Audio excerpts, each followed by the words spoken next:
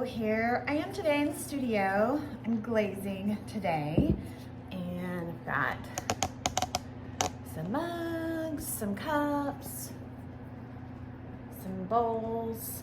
So these are all things that I just didn't really get to before Christmas, and it's the day after Christmas. So today I'm just spending a little time out here glazing while the kids play, hopefully good inside. And something that came up in some of my in-person classes last session was how to glaze a cup with a different color on the inside than the outside.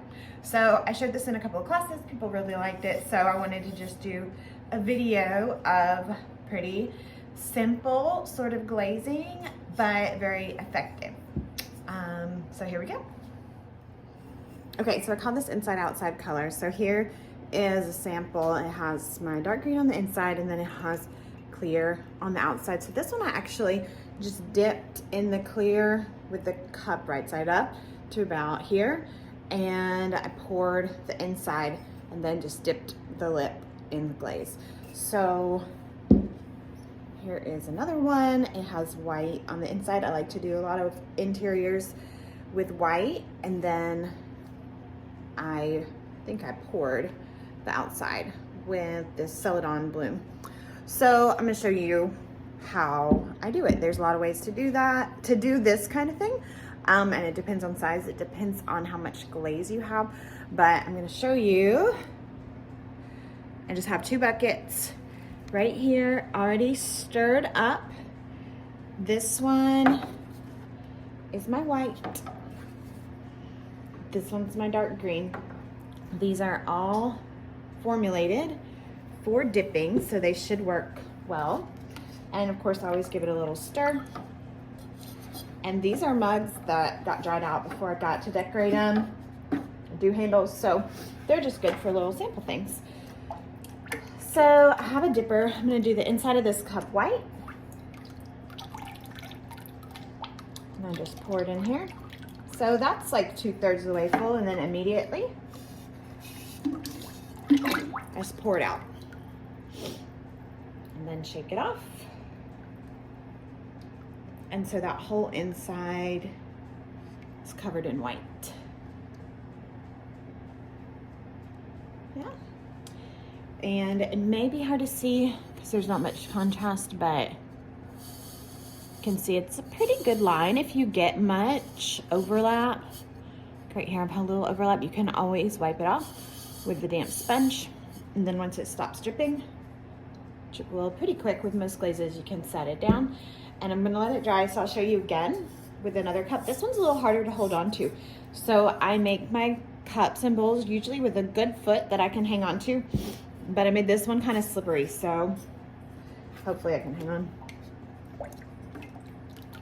So again, I'll pour it like halfway full, and then I'm immediately gonna spin and pour. So it's got to be at least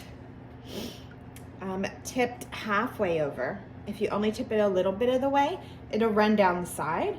And if you pour it too much, if you have too much of an angle, you're gonna lose all your glaze before you can spin it all the way around. If you miss, which sometimes you'll miss on the inside, you have to check the inside. If you miss, sometimes you can immediately, while it's still wet, pour a little bit more in there. But usually I'll just take a paintbrush and generously dab it on. So now this one, the first one we did, is dry. So I'm gonna come over here and I'm gonna hold it upside down, and I'm just gonna go deep into this. Bring you closer so you can see. And it's gonna hold an air pocket in here. So you might not believe me if you haven't done it before, but I'm gonna hold on, and I'm gonna hold steady and level. And I'm just gonna go down. I have enough glaze in this one till my fingers touch. I'm not going all the way under, and then I'm coming right back up, so it's really only under for a second. So if you hear bubbles or see bubbles, it means that some air escaped from the inside and some glaze probably got in there. If you don't hear air bubbles, it means that you went in nice and steady and the air pocket held, and it's gonna preserve the inside color. So I'm not gonna turn it over yet. Scoot my camera back. So I have to let it dry, but let's see.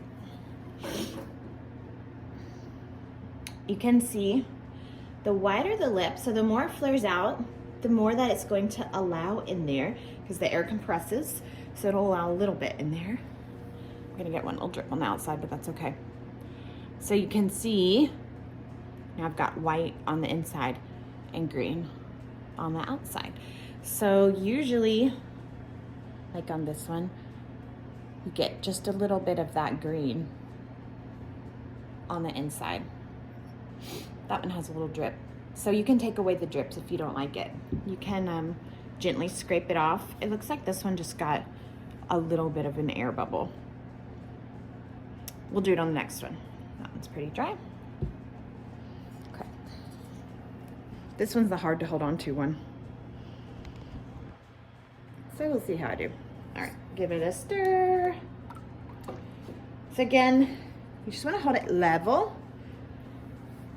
Like you can see. Pull you in a little more. Level and steady is the trick. You can support your arm. It pushes back against you, so you just want to remain steady. Whoop. I'll let that one drip off. It's still pretty wet.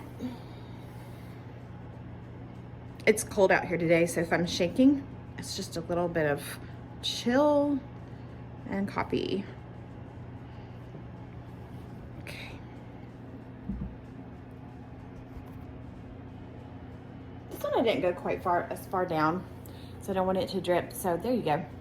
So white on the inside and green on the outside, and you're gonna have, make sure this is okay to touch,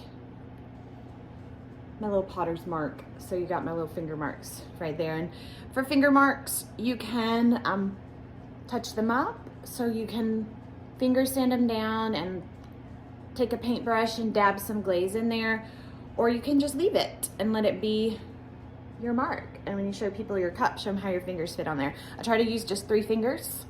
This one, it looks like I have all my fingers muddy.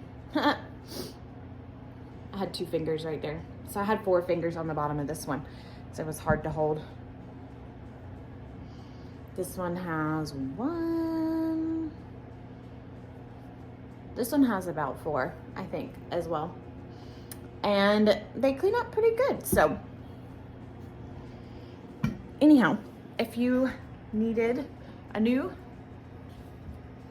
pretty simple way to glaze cups and do it easily, you saw I did 2 cups in just a couple minutes. So hope that helps, and have a great rest of your day. Bye.